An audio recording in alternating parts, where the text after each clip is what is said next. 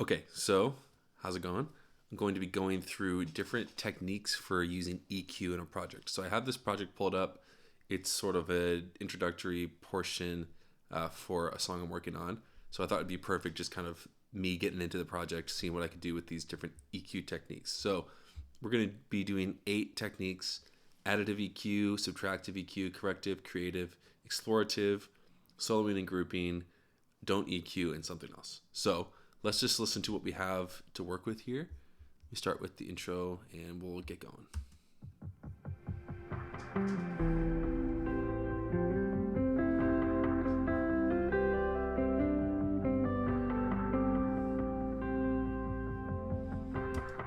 Okay, so pretty chill overall. I probably am using a lot of these techniques already in the project, so I might hunt around for those a little bit. But we're going to start with additive EQ. So additive EQ is going to be using the tool to boost certain frequencies in order to bring something out. So let me see if I'm already doing that anywhere here. Okay, how about with the piano? Okay, so here's the piano. Oh, I didn't even put it in there. Here we go.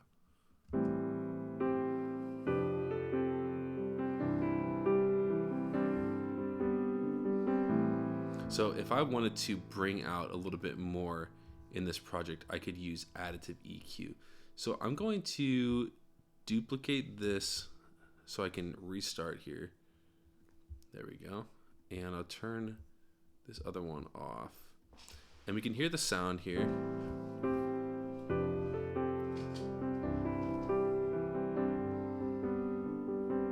And I might think, okay, I want a little bit more kind of brightness to help it cut through. So I'm going to just boost up here in the 3K range, maybe bring it down to like 2K, and hear what that does to the sound.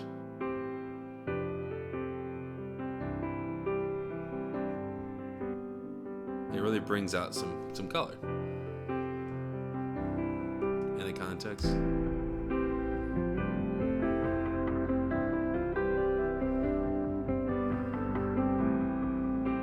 Especially when it has that boom, it kind of hits those higher chords, it really brings that out a little bit. Okay, that's when we could use additive EQ. Let's just stay here. We could use subtractive EQ to do sort of the opposite. Let's take out the stuff that we don't like. Maybe filter out some of the lows, maybe bring out some of these mid-range frequencies that might get a little bit too resonant. Okay, and we'll leave that flat for now, and maybe a little bit more around here. It's gonna be a lot cleaner if I use subtractive EQ. So let me bypass it. Hear what it sounds like originally. Kind of dark. Ooh, that already took so much out of that. I like it. Now what happens sometimes when you use subtractive EQ is you end up losing signal, and so you might need to add some of that back in. The opposite is true for additive EQ, where you might end up adding too much level and you need to turn the volume down. So in this case, I might just use the output level here to get a little bit more gain in there. Let's hear it in the mix.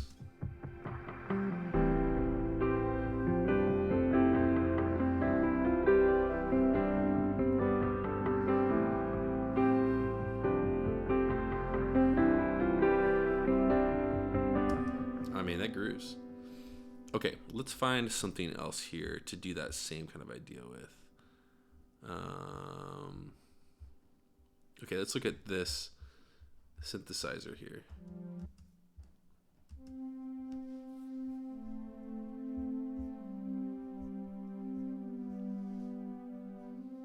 Okay, so I'm not using any EQ on that yet, so let's pull something up.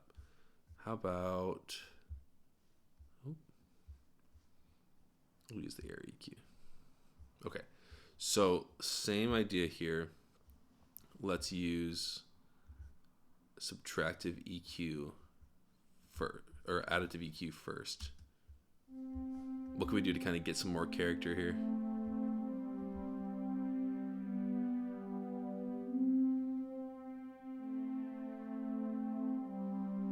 I might get some kind of cool resonance, or let me just add this band up here to add all this like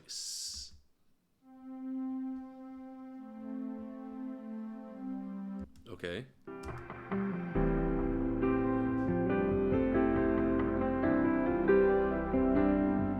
Let me just keep adding more high end.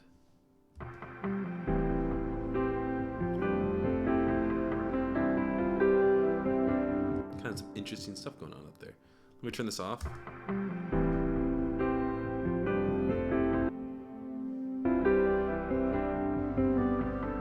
Okay, that's kind of a lot, but you get the idea. Interesting how much more that thing cut through when I added all those high frequencies in there. Okay, let's do the same thing, same sound, but I'm going to reset and do subtractive EQ. So this time I'm going to listen to anything that seems like it might kind of stand in the way. I could just filter that out because there's so much level happening right here that if I filter it out, I can turn the whole thing up in the mix a little bit more, which could be helpful for me.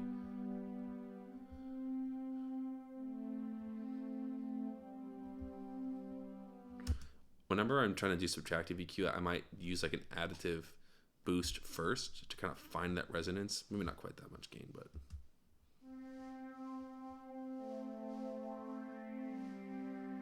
maybe this is kind of a wonky sound.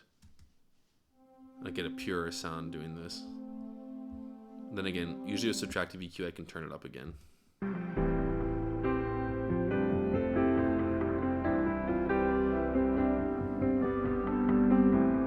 Hear how much when I turn off the EQ, how much bass comes back in, which masks a lot of other stuff. It's on. So it really brings that warmth, or not warmth, sorry. It brings that low end back in, which could be a problem later on. So that's a good idea there. Okay, so if we want to combine additive and subtractive, we could do kind of two techniques. One would be creative EQ, and the other one would be corrective EQ. So let's start with corrective EQ. That's going to be taking a sound source and cleaning it up in some way. So let's go to the guitars. I'm going to start with this one here, which is sort of the lead line.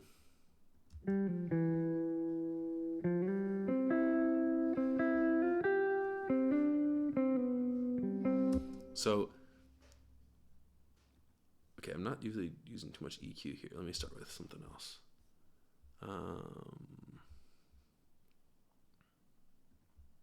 Okay, so if I was listening to this from a corrective standpoint, I'd be going, how can I make this sound kind of as normal as possible and take away anything that is unnatural or add back in something that's a little bit kind of understated.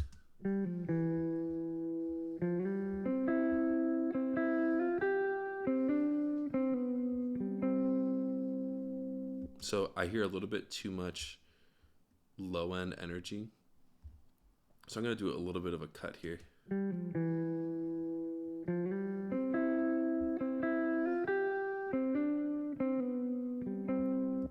Make that a little bit more narrow and cut it even more.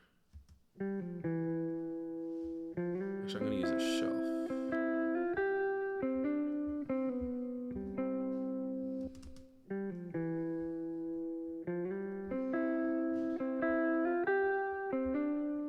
Now I'm going to look to see if there's any kind of odd resonances. Oh yeah, I don't like that. I don't like that at all.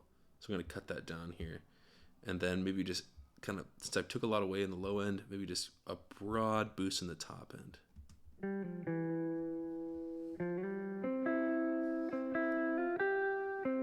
Actually, that sounds kind of nice. Turn it off and see what it sounds like.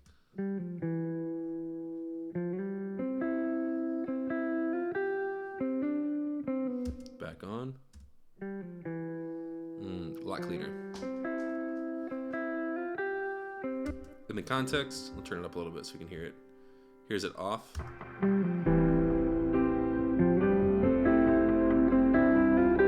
Okay, back on.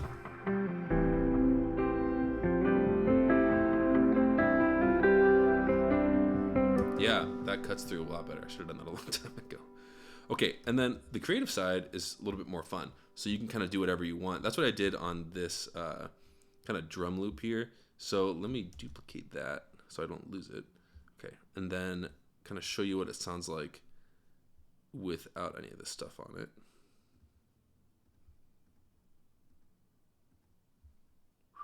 Okay, so here's the drum loop.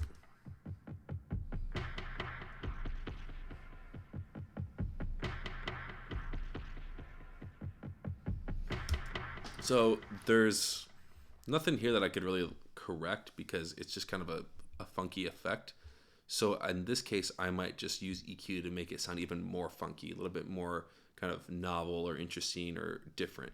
So let's get into that. I might start with focusing on the low end, using some kind of like filter with a resonance boost to get this kind of punchy, deeper, more like 808 kind of sound from the kick drum.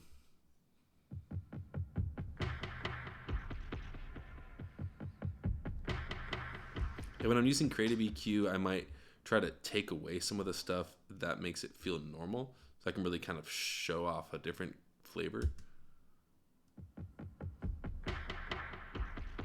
Same thing, I might filter the top end.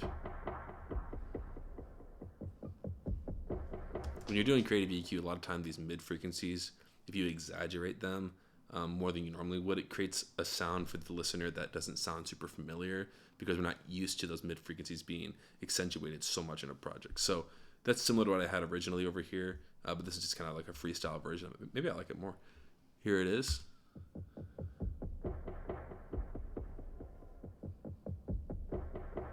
Yeah, a little too much on the low end, or too much cut from the highs. Yeah, okay, and then turn this off. When I added this kind of creative technique, it made the snap on that snare sound feel a little bit more like a electronic sound, like a in that sound. So it sounds a little bit more unique, and it fits a different space than a regular drum would.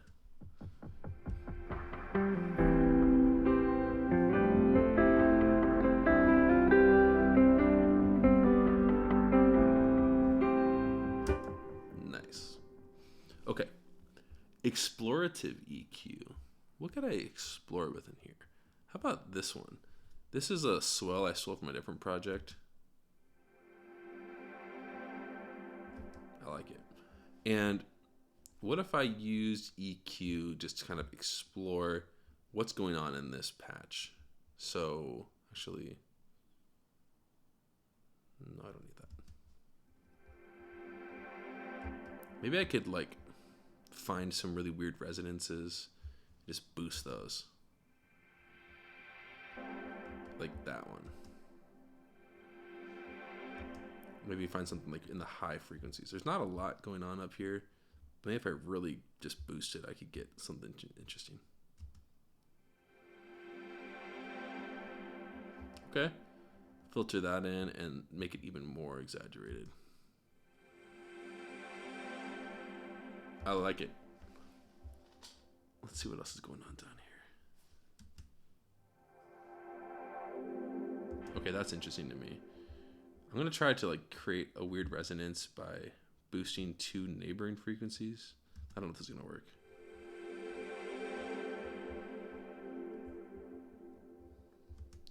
Okay.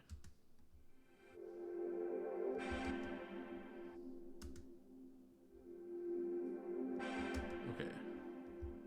Super tight on the Q. I'm just kind of exploring and seeing what's out there.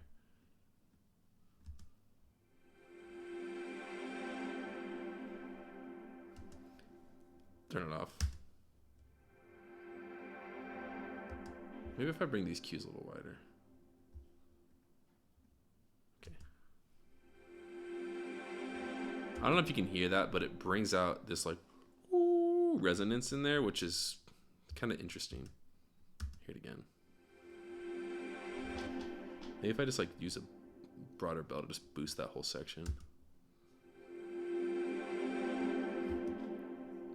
I dig it. So that's a good way of just like exploring something. Let me turn that off so I don't scare myself later. A way that you could use those EQ tools creatively. All right, there's 3 more here. So another one is going to be soloing and grouping. I've already been doing that throughout this kind of demo where I'm soloing an instrument one at a time. I don't know. I'm just like too distracted to try to listen through everything all the time. It takes a lot more work to listen through a mix to hear an EQ. Obviously, that's important to do at certain points in the process, but when I'm just trying things out, I like to get the feedback of just hearing something in real time. So that's what I like to do. But what you can also do is group things together and EQ them as a group. I don't have a lot of that going on here because this project is still kind of ongoing. But we could do some pretty cool stuff. I'm trying to think here. What could I do to kind of bring some of these things together? Well, how about I just take these strings and this synth together?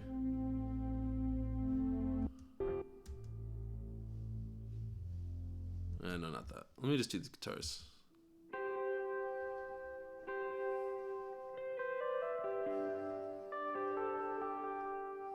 Okay, and let me just throw these two in a group together. I like it a group in a group, but it'll be okay.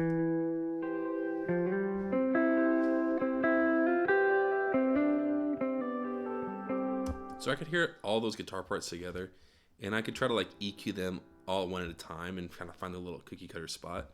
But sometimes it's better to just use one EQ on a whole group, right? So I'm just going to use air EQ, and I'm going to get kind of everything at once. And my goal here is going to be, I'm going to use this group to try to get all the guitars to cut through the mix a little bit more.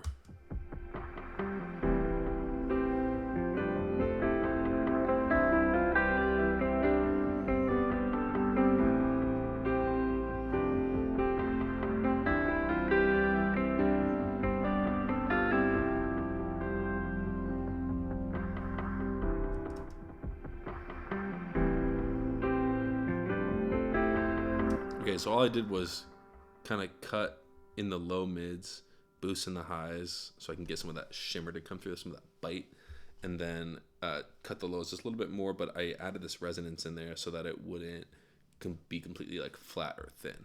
So here's what it sounds like before with soloed. And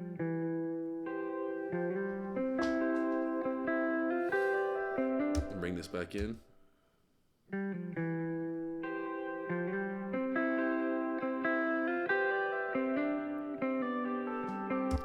Not bad. Take it out. Bring it back in. One more time. Here's this out.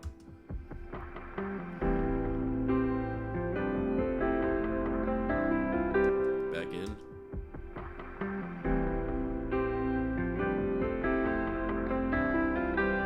Okay.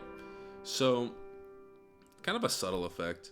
But as you get to this kind of stage in the process, it can be pretty helpful to have that level of detail, because when you're kind of working in solo sections, it can be a little bit easier to, I'm trying to undo this. There we go. It can be a little bit easier to focus on kind of tone shaping or kind of getting a unique kind of signature for each sound. But when you start getting into the group mixing, then it can be a little bit more about getting everything to mesh together. And that's a totally different approach. Okay, last two are don't EQ or do something else. So these are kind of maybe underappreciated approaches to EQ. I'm trying to find something I didn't EQ yet in here. Okay, so this opening, wait, I don't want to delete that. This opening swell that I just looked at earlier. Okay, it actually is, in my opinion, totally fine without any EQ. Obviously, the EQ added a creative element when we did it that way. But if you hear it just originally, like, it works for me.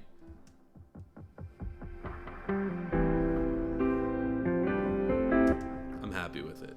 Same thing with like these guitars. We did add EQ later on in the mixing stage, but like,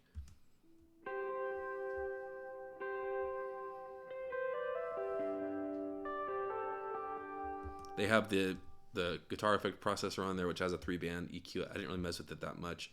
Nothing's wrong with it necessarily, at least at this point in the process. So I'm just going to leave it as it is because I don't think there's anything wrong with it. The last thing would be use something else. So this would be a scenario where you're trying to get the sound to change in some way, and EQ just might not be the best tool for that. Like, for example, this synthesizer. This is like a low kind of bass pad.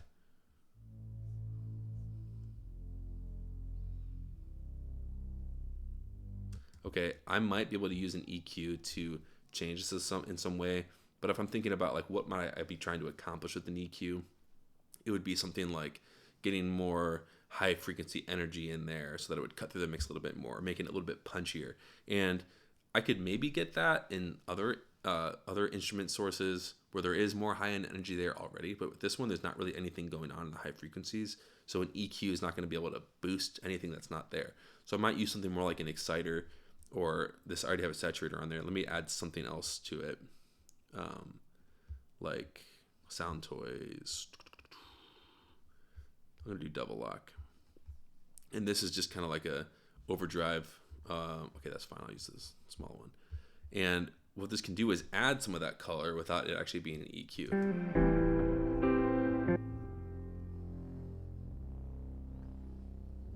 So that adds a little bit of distortion, and this could be a better solution than an EQ. And of course, the process is fluid. So as I did that, I was like, oh, I like how it added that grit, but there's this kind of high frequency buzz that I didn't really like. So I'm just going to add a little EQ, cut that buzz out a little bit, see if I can fix it.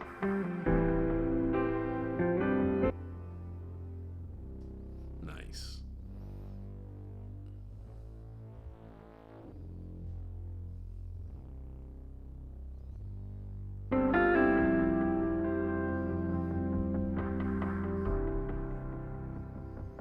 Oh, that sounds really cool. Okay, so that is kind of an overview of some basic techniques with EQ. And honestly, with these techniques, you can get pretty far. Not really anything to worry about. Oh, the only one I didn't do, oh no, I did them all. Solo and grouping, I did that. Okay, so additive EQ, subtractive EQ, corrective, creative, explorative, soloing and grouping. Don't EQ, use something else. There you go.